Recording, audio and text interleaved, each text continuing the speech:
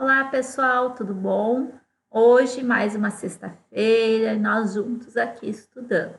Hoje nós vamos ler do artigo 8º até o 12º, que para completar esse capítulo e nós chegarmos no Poder Legislativo, então, amanhã. Aqui é bem importante, porque o que eu digo para vocês? O artigo 8º, eles vão confundir vocês com o 6º, a Fundatec adora misturar as competências. Vocês têm que lembrar uma coisa aqui desse artigo. A competência é concorrente. Como que ela é concorrente entre União e Estados? Aqui na lei orgânica do município. Porém, na Constituição Federal, nós não temos competência concorrente com o município. A competência concorrente na Constituição Federal é só entre a União e Estados. Quando fala em municípios na Constituição Federal, escutem o que eu estou dizendo, a competência do município é comum com a União e com os estados e o Distrito Federal. Aqui, então, é diferente. Mas e aí, professora, como vai ficar o princípio da simetria? Não temos problemas com o princípio da simetria, porque ela não está contrariando o dispositivo da Constituição. Apenas ela está dizendo alguma coisa um pouco diferente, mas não que seja uma contrariedade, certo? Vamos ver quais são as competências concorrentes. Eu sugiro para vocês que vocês façam uma tabela, artigo 6º do lado, que são competências do município conforme a sua autonomia, e do outro lado, artigo 8º, competências concorrentes do município, que é com a União e Estados. Vocês vão ver que uma coisa é bem distinta da outra. Quando é competência concorrente, são aqueles direitos sociais, lá do artigo 6º da Constituição Federal, que é o que nós temos direito, que o Estado deveria nos proporcionar como prestações positivas, como saúde, educação, transporte, lazer, trabalho, moradia, vários, tá? São 11 direitos que nós temos, que o Estado deveria prestar como uma prestação positiva. Vamos lá. Quais são as competências concorrentes, então? Primeiro, o Estado deve zelar pela saúde, higiene, segurança e assistência. Por que competência concorrente? Porque, assim, se a União e o Estado não tiver uma legislação nesse sentido, o município pode ir lá supletivamente a eles e o fazer. Então, cuidem, se faltar uma lei, o município pode fazer uma lei neste sentido. Por isso que é concorrente, tá? Então, o primeiro inciso é zelar pela saúde, higiene, segurança e assistência pública. Promover o ensino, educação, cultura, tudo são direitos sociais, pessoal. Estimular o melhor aproveitamento da terra, bem como defesas contra as formas de exaustão do solo. Abrir e conservar estradas e caminhos e determinar a execução de serviços públicos. Promover a defesa sanitária vegetal e animal, a extinção de insetos e animais daninhos, proteger os documentos, as obras e outros bens de valor histórico, artístico e cultural, os monumentos, as paisagens naturais notáveis e os sítios arqueológicos. Se isso não for feito, que ação, que remédio constitucional eu posso entrar? Posso entrar com uma ação civil pública, uma ação popular, os dois, tá? Ação popular só cidadão pode fazer. Nós que somos com direitos civis, direitos políticos de votar e ser votados, esses são os cidadãos, tá? Ainda, impedir a evasão, a destruição e a descaracterização de obras de arte e outros bens de valor histórico, artístico e cultural, e orientando os serviços no âmbito do município. Amparar a maternidade, a infância e os desvalidos, coordenando e orientando os serviços no âmbito do município. O que acontece essas coisas quando envolve saúde, educação, que é concorrente? Um ente empurra para o outro. O município diz: olha, eu não consigo fazer porque eu não recebo verbas do Estado, aquelas verbas que deveriam ser repassadas para o município. O Estado, por sua vez, vai e diz: olha, eu não estou recebendo as verbas da União. E um atira para o outro e nós ficamos sem ter estes direitos, né?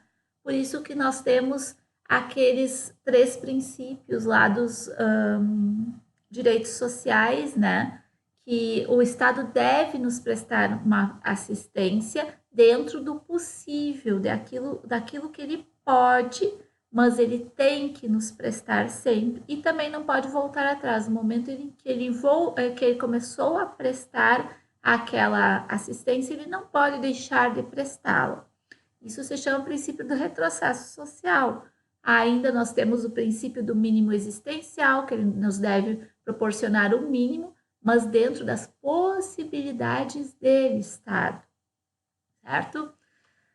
Então, ainda estimular a educação e a prática esportiva, proteger a juventude contra toda a exploração, bem como contra os fatores que possam conduzi-la ao abandono físico, moral e intelectual. Tomar as medidas necessárias para restringir a mortalidade e a morbidez infantil, bem como medidas que impeçam a propagação de doenças transmissíveis. Incentivar o comércio, a indústria, a agricultura, o turismo e outras que visem o desenvolvimento econômico. Assinalem essa, porque aqui, como é um município de praia, então deve-se incentivar, o município deve ter propagandas, deve ter planos de incentivo ao turismo, né? Comércio também. Fiscalizar a produção, conservação, comércio e transporte de gêneros alimentícios destinados ao abastecimento público. Lembra que eu contei ontem daqueles estabelecimentos que foram pegos com gêneros alimentícios estragados. Regulamentar e exercer outras atribuições não vedadas pela Constituição Federal e Estadual. Então, ela não pode contrariar o princípio da simetria, né? A Constituição Federal e Estadual. Então, pessoal, vocês podem ver, quando é competência concorrente, é competência muito própria dos 3. Os 3 têm que prestar saúde a nós, população, higiene, segurança, assistência pública, segurança pública, tudo isso deve ser prestado pelos 3 entes federativos. Não esqueçam, quem são os 3 entes federativos? União, estados, municípios, na verdade, o Distrito Federal, são 4, tá? Território não é ente federativo, porque território é parte da União, beleza? Vamos lá, vamos continuar então os nossos artigos.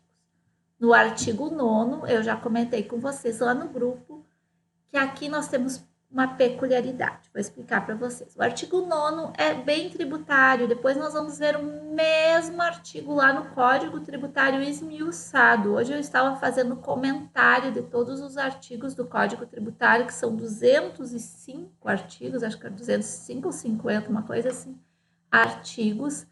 E tem muita coisa que tem aqui dentro da lei orgânica, vai ter lá repetido. Lá no tributário, nós temos como gênero tributos. Esses tributos, na maioria das vezes, são divididos em 3 ou 4. Aqui, na nossa lei orgânica, os tributos, assinalem aí, tributos, botem uma flechinha, são impostos, taxas, contribuições de melhorias e a CIPA, que é contribuição da iluminação pública. Lá no CTN, que é o Código Tributário Nacional, nós temos só 3 tributos, tá? Impostos, taxas e contribuições de melhorias. Quais são as espécies de impostos? Olha o que eu estou dizendo. As espécies de tributos são impostos, taxas, contribuição de melhoria e contribuição de iluminação pública. As espécies de impostos, subespécies de tributos, são IPTU, propriedade predial e territorial urbana, e transmissão inter vivos a título oneroso por ato inter bens imóveis por natureza ou seção física, tá? E o ISSQN, serviços de qualquer natureza, exceto os de competência estatal definidos em lei complementar federal. Então, os serviços que são definidos em lei complementar federal, assinalem aí, não vão ser objetos da competência municipal. Mas o IPTU, o ITBI, que é Imposto de Transmissão de Bens entre Vivos, né? E o ISSQN, sim, são tributos municipais. Essa aí é quase certa, é uma questão bem passível de cair, que eles gostam de confundir, botar os outros tributos, por exemplo, o ITR é da União, o IPVA, mas como se os carros são daqui do município, o IPVA é estadual, vem uma parte do IPVA sim para o município, mas o IPVA em si, o tributo é recolhido pelo estado, não é municipal. Os impostos municipais são só esses 3. Taxas.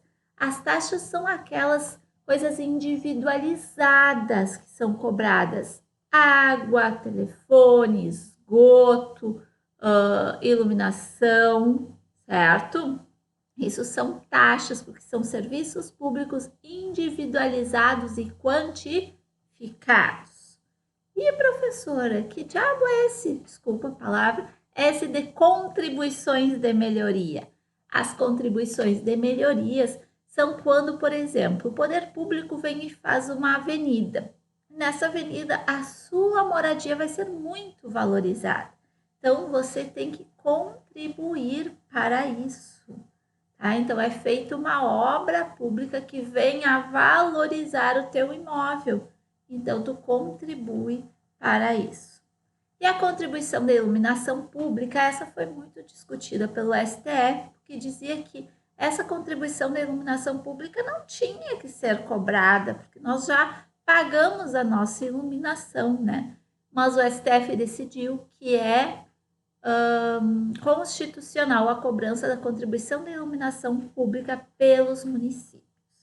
Por isso que lá na nossa conta de luz tem tanto de iluminação pública, né? Parágrafo único. A criação, implementação e cobrança dos tributos de competência local obedecerão os princípios e os preceitos estabelecidos na Constituição Federal. Pessoal, lá na Constituição Federal, no artigo 150 e poucos em diante, acho que é 150, a gente começa a ter várias coisas sobre os tributos. Então, por isso que ele faz ele remete, então, para a Constituição Federal, certo? Nosso próximo artigo fala muito importante, esse vocês botem asterisco e assinalem de caneta amarela fosforescente. Por quê? Porque quem é isento do IPTU, quem que não vai pagar o IPTU? Olha lá, os detentores de domínio a qualquer título de imóvel residencial e que percebam a título de aposentadoria e ou pensão valor igual ou inferior a 3 salários mínimos. Então, pessoal, estas pessoas, isso não tem lá no código tributário, apenas aqui. Então, vocês têm que tomar cuidado. As pessoas idosas, tem que ser idoso para receber aposentadoria ou pensão. Claro que pode ser, professora, não precisa ser idoso. Pensão pode ser uma viúva? Pode. Então, quem recebe a aposentadoria ou pensão com valor inferior, então tem que ser menos de 3 salários mínimos. Se for 3 salários mínimos, não recebe, não tem essa isenção, certo? Ainda, para os efeitos deste artigo, entende-se residencial o imóvel utilizado pelo beneficiário para sua residência de sua família com ânimo definitivo. Então, eu sou aposentada, recebo menos de 3 salários mínimos, mas eu alugo este meu imóvel, mas está no meu nome. Eu vou ter essa isenção? Não, porque não é meu uso, ó. Deve ser utilizado pelo beneficiário. Então, se for alugado o teu imóvel e tu recebe, não, tem que ser, tu tens que usar, tá? Então, esse artigo 10, vocês botem um cuidado especial. Artigo 11. Pertence ainda ao município a participação no produto da arrecadação dos impostos da União e dos Estados, previstos na Constituição Federal e outros recursos que lhes sejam conferidos. Foi o que eu falei para vocês, né? Por exemplo, o IPVA, o Estado que recolhe é repassado um tanto para o município. O ITR, Imposto do Rural, né? O ITR também é recolhido pela União e é repassado para o município onde são situadas essas terras rurais, áreas rurais, né? Então, esses são... Vamos ver o que é o 12. O 12 são vedações do município. O que o município não pode fazer de jeito algum? Primeiro, permitir ou fazer uso de estabelecimento gráfico, jornal, estação de rádio, televisão, serviços de alto-falante ou qualquer outro meio de comunicação de sua propriedade para propaganda político-partidária ou fins estranhos à administração. Por que, pessoal, que ele não pode fazer isso? Porque estaria correndo lá contra um princípio da administração pública, que é o LIMP, né? Da impessoalidade, legalidade, impessoalidade, moralidade, publicidade, eficiência. A publicidade também, porque a gente não pode se valer dos bens públicos para fins político-partidários, para fazer campanha partidária. Eu sou prefeita de Capão da Canoa e quero concorrer à reeleição. E eu vou utilizar dos bens públicos da estação da rádio para fazer minha propaganda eleitoral. Isso é vedado e é crime eleitoral. Estabelecer cultos religiosos ou igrejas, subvencioná-las, embaraçar dependência ou aliança. Pessoal, isso aqui nós somos um Estado laico não confessional. O que quer dizer isso? Nós não temos nenhuma religião oficial, mas sim várias. Nós professamos várias religiões, certo? O poder público, ele não pode botar o dedinho, mexer nas religiões, ele não pode interferir nas religiões.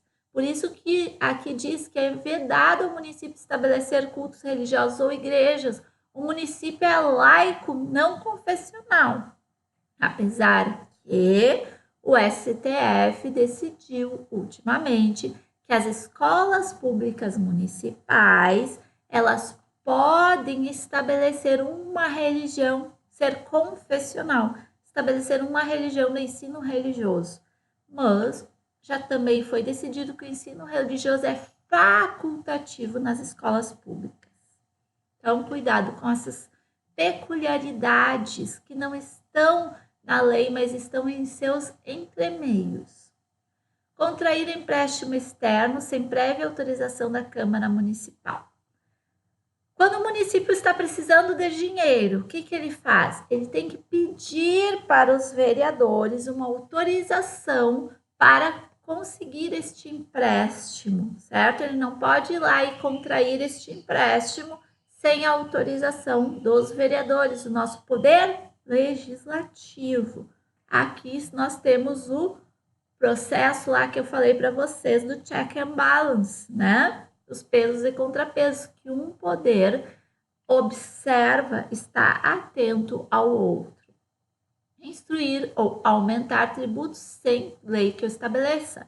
Princípio da anterioridade tributária. Eu sempre tenho que ter uma lei anterior para que eu aumente um tributo ou institua um tributo, certo? Deve ser feito por lei, princípio da legalidade. Então, esses são os nossos 12 artigos de hoje. O que nós combinamos, pessoal? Que nós vamos, então, fazer um simulado desses 12 artigos, certo? Vou fazer o simulado agora para vocês, vou passar no grupo. Ainda, quero pedir a ajuda de vocês lá para o curso que eu estou fazendo. Eu preciso de no mínimo 30 alunos para eu conseguir fechar a turma com esse preço, que é o preço que eu vou pagar do estúdio. Tendo 30 alunos, eu consigo pagar o estúdio, o site e o PagSeguro. Senão, eu não vou conseguir fazer esse curso dos 3 módulos para vocês, certo? Vai ser um super curso. Segunda-feira eu já vou começar a gravar, a Maria Alice já começou e o Daniel também começa semana que vem. Então, nós vamos acelerar para gravar para vocês o quanto antes as aulas e eles também vão estar aqui no nosso grupo de estudos para tirar dúvidas de vocês, para ver o que vocês precisam, certo? E independente de quem vai fazer o curso, eu vou continuar com as nossas aulas aqui. Só que vocês têm que me entender que semana que vem vai ser uma semana bem corrida para mim. Eu não vou ter todos os dias como nós tivemos esta semana, porque eu tenho muitas gravações. Eu vou tentar, no meio de uma gravação e outra, fazer algum vídeo para vocês explicando alguma parte, certo? Mas o curso é completíssimo. Eu falarei todos os artigos dos 4 dispositivos, certo? Beijo no coração de vocês. Amanhã eu ainda vou fazer vídeos, mesmo com o simulado, para vocês fazerem no tempo. Eu vou postar vídeos lá do Poder Legislativo. Vamos começar, então, a falar um pouquinho do Poder Legislativo, que é a partir do artigo 13 da Lei Orgânica Municipal. Beijo no coração de vocês. Uma ótima sexta-feira, bons estudos, muita concentração. E o que só nos interessa? Só a vitória nos interessa. Beijos, bye!